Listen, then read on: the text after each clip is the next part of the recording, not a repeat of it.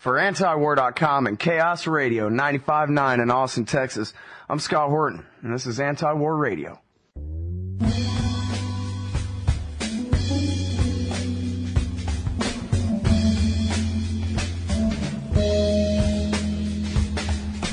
All right, so now to our next guest.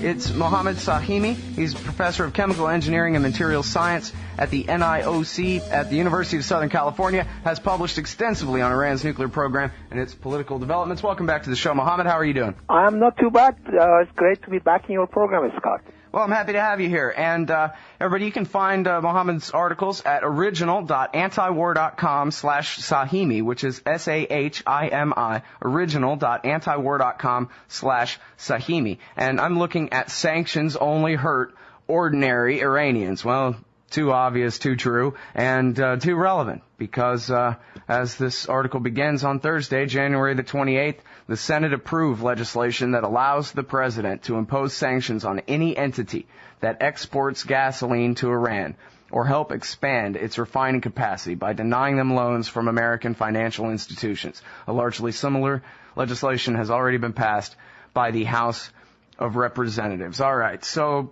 tell us about exactly, what's in here. Basically, is it as simple as that? They're going to put, or at least the president is now authorized to blockade all refined petroleum into Iran? Well, there was a resolution in 2008 that was pushed by AIPAC.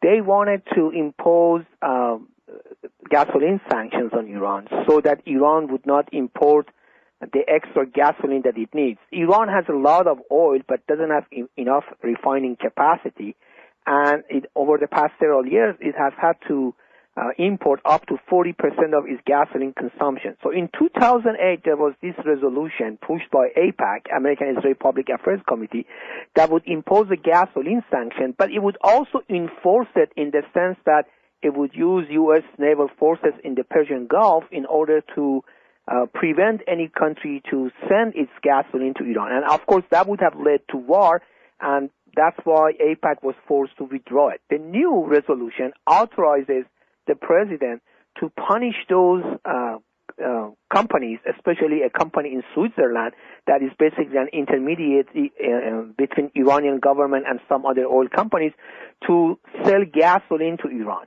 And it also prevents any company to help Iran to expand its refining capacity. Iran is already building at least one new refinery in Iran, and another one is in the planning stage. So within 2 or 3 years, Iran will have at least one more new refinery, and that would basically address a large fraction of the gasoline that Iran needs to import. But at the same time, the resolution is bad because it imposes hardship on ordinary Iranians on one hand, and as I explained in the article, it also helps the hardliner to have a tighter grip on what's going on in Iran. The Iranian Revolutionary Guards have actually started to control a large part of Iranian economy, including oil and gas. Therefore, any type of sanctions on gasoline, oil, and gas will actually hurt not only hurt ordinary Iranians, but also help the Revolutionary Guards to have tighter control, because they control everything. They benefit on one hand because it increases the price of everything in Iran, and they benefited economically. And on the other hand, it helps them to say, look, foreign countries are imposing sanctions on us.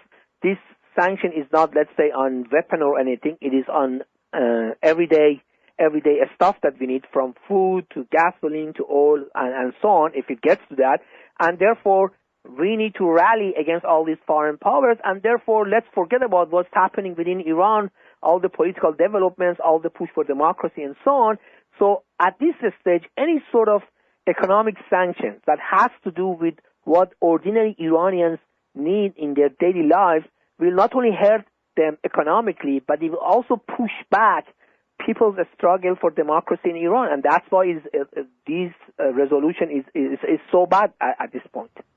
Amazing. Well, first of all, the economic point that you make there is pretty compelling, and I guess I wouldn't expect anybody in Congress or the State Department to understand anything about this, but if they ban exports or ban, try to put some kind of blockade, prevent anyone from exporting refined petroleum products to Iran, then that simply means that all the prices for petroleum products in Iran will go through the roof. And it will be the IGRC who benefit, who get to make even more money for the same amount of work. Just like when, Dick Cheney bombs Iran and bombs Iraq and invades Iraq and drives up the price for Exxon. Precisely. And what really bothers me about is that the sponsors of such resolutions, on one hand, they say, well, we want to help the great Iranian people to push for democracy and have a democratic government because that will be good for the Middle East, and then turn around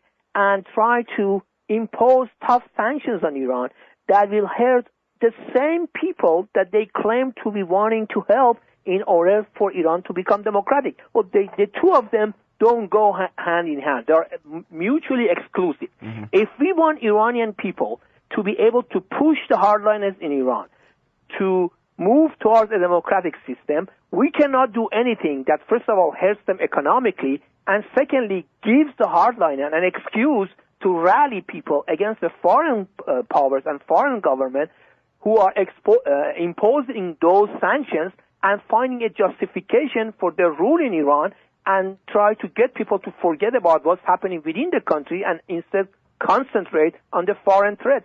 The two of them don't go hand in hand. Well, and of course, if the U.S. was successful in really disrupting their energy supplies inside the country in terms of oil resources, then all that is more pressure on them to focus on nuclear power. Oh, exactly. And you see, that's another aspect, because one of the reasons in the West they have always presented against Iran's nuclear program is that, hey, Iran has a lot of natural gas and oil. Why does it need nuclear energy? Fine. If that's the argument, then let the Iranian natural gas and oil industry to develop.